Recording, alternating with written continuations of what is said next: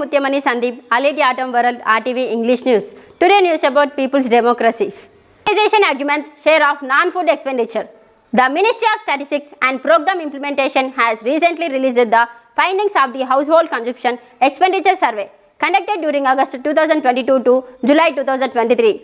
Household consumption surveys earlier were conducted every 5 years, but the last HCES was conducted in 2011 to 12. In between, on HCES was conducted and the report was not made public as that showed a decline in consumption expenditure, which could have been a cause of embarrassment for the existing government. Hence, after more than a decade, we are able to know the consumption patterns of average Indian households of rural and urban India. Periodic consumption expenditure surveys show how Indian households consume food and non-food items, and since poverty line is usually defined by minimum calorie intake and consumption of minimum non-food necessaries, HCES enables the estimate of the number of people below and the poverty line. The current survey collects data from 2.6 lakhs households, and the sample covers both rural 1.5 lakh and urban 1.1 lakh households. The sampling techniques are well defined by the NSSO and defined the Saturn and sub-Saturn of the sample as constructed in respective surveys. Findings from various surveys are comparable only when the construction of the sample remains same and poverty lines as well as distribution of households below and above the poverty line can also be compared across surveys when the sampling theorem remains the same. This time, the survey also includes imputed values of items received free of cost through social transfer schemes.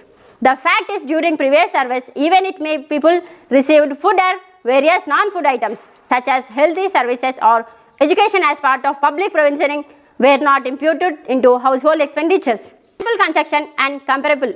The NITI Ayoga counts that the percentage of people below the poverty line has come down to 5% according to the recent survey results. It is important to note that the sampling theorem and sub-theorem has undergone changes in the current survey in terms of defining rural and urban theorem. It categorizes rural on basis of distance from district headquarters rather than household status and activity, and urban on the basis population and affluence status rather than monthly per capita income.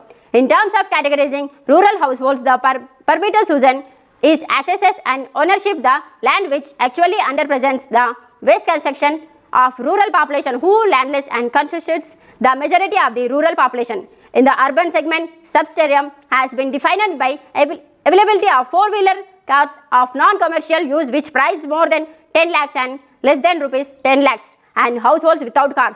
Only 8% of the people of India own car, and hence concentration of urban households having access to cars grossly underrepresents of vast majority of the poor urban population. In other words, the sample, unlike previous round of survey, based towards the majority of the poor urban population.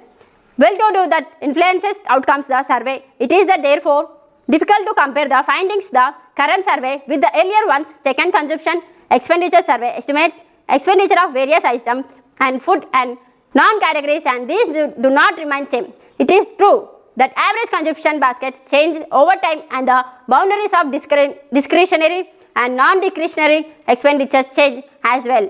With the change in work pattern, use of human energy in the work process also changes, the hence mix of necessities undergo change over time.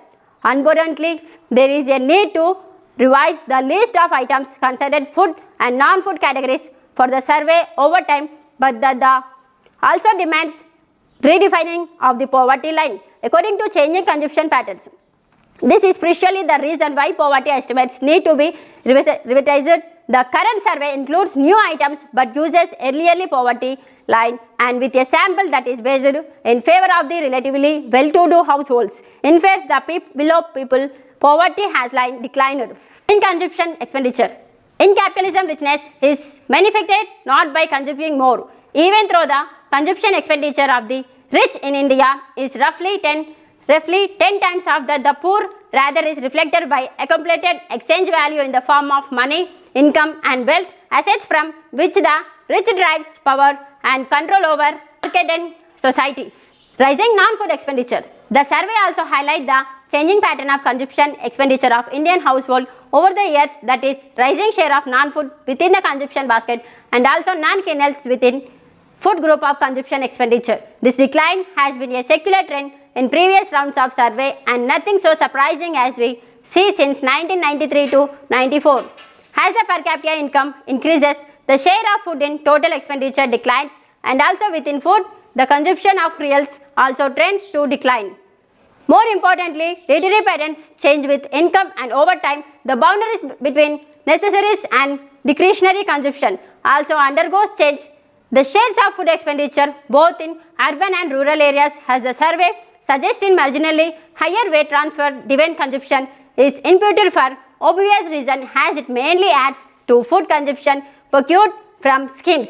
But it also important the increasing commodification of medical care, education and consumption of communication have also established the boundaries of necessary and discretionary consumption. If people have to spend more on medical care and education on mobile phones, which is not discretionary anymore as it was 3 decades back, so sphere of non-food expenditure increases. It is a combined effect of changing needs and the contraction of public provisioning of many of the essential services. The difference in consumption expenditure by regions and class declines over time because consumption increases less than proportionally to income.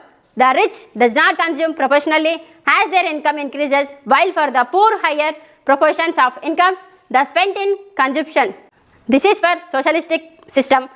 Aleti Atom World RTV English News. Please share and subscribe.